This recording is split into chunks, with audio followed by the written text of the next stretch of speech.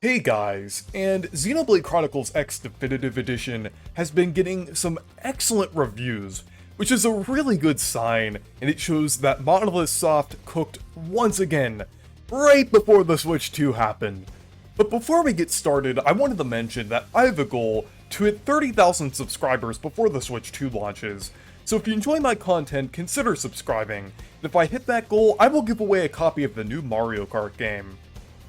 But like I said, reviews are really good, and it has an 88 on Metacritic, which is actually 4 points higher than the original game, which has an 84 with some mixed reviews in there as well.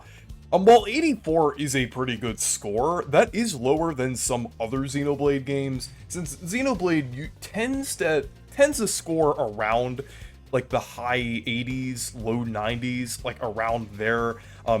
With the exception of like Xenoblade 2 and X, which kind of were in the lower the mid 80s, which still is really good, but it is slightly lower. But Definitive Edition getting an 88, putting it pretty close to Xenoblade 3, is really good. And it's almost uncalled for a remaster or a remake that have a higher score than the original. That's what I was saying back when the Thousand Year Door remake was releasing, because the Thousand Year Door remake also has a higher score than the original. So, something has to be going extremely well in either a remaster or a remake for it to get a higher score than the original game. I know, like, for the most part, most people, like myself included, tend to enjoy, like, remakes or remasters more than the originals for the most part, if it adds new content and refines some elements and things. But generally, like, reviewers are kind of picky about that and review it based on the fact that it's a remaster or something, and tend to rate it a little lower. It happened for Luigi's Mansion 2 HD, which I guess kind of made sense in that case, but it's just amazing seeing this, like, significantly higher than the original. So, just from what we've seen in this remaster, it really goes to show that, like, a lot of these changes, like, either little changes, like being able to change the time, or, like, recruit party members anywhere, or bigger changes, like the new story additions, and even, like, kind of changes to the main story, and, like, graphics, and things like that. It just kind of is showing that a lot of these changes are definitely going a long way, and are definitely improving this quite a lot.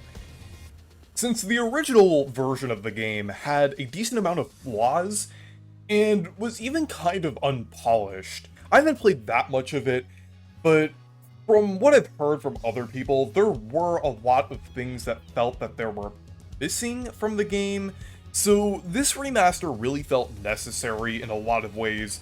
So this being praised and received so well kind of makes sense, and it's also kind of going off of the success and, like, praise that the other Xenoblade games got, so Monolith Soft definitely had that respect from both reviewers and fans and everything.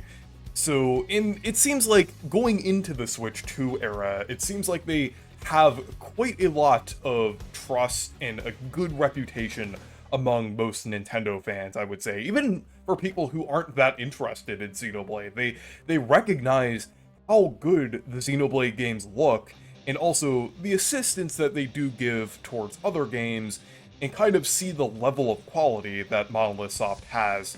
So I'm definitely excited to see what Monolith Soft is going to do in the Switch 2 era. And speaking of the Switch 2, I do think it is a tad bit disappointing that we didn't get this remaster on the Switch 2. It would have been nice to see, like, this game be kind of used as, like, a technical showcase of, like, the Switch 2, like, to see this game, like, running in, like, either, like, 1080p or 1440p with, like, even higher res, like, textures and models and things, but I guess, like, that might be asking for a bit too much, because this already looks pretty excellent for the Switch in general. Like, I'm still really excited about this. And there is a small chance that we may get some kind of Switch 2 upgrade for this game, because this is happening so close to the Direct, and also so close to the Switch 2 in general. But it is nice to see the Switch 1 era kind of end on a high note with this game. It is, like, pretty nice to kind of see that. At least it's not something like Kirby's Extra Epic Yarn that's just an inferior version of a game that shouldn't even been ported to that system. But this is just pretty excellent, and I am really looking forward to it. I know in my last video about Xenoblade X, I mentioned that I thought this game was going to sell as much as Xenoblade 3, but I do think that might be a bit of wishful thinking now that I kind of look back on it, since Xenoblade 3 sold about 1.9 million, and that might be kind of hard for a new Xenoblade game to sell, like, that much. Like, since we're kind of late in the Switch's lifespan and everything, and while Xenoblade is much more popular than it was, like, at the beginning of the Switch era, but I still don't think Xenoblade is big enough to sell, like, that many copies, or sell as many copies as, like, a previous game on the Switch would for this game, especially since we're so close to the Switch 2. I'm expecting it to sell about, like, 1.5 million.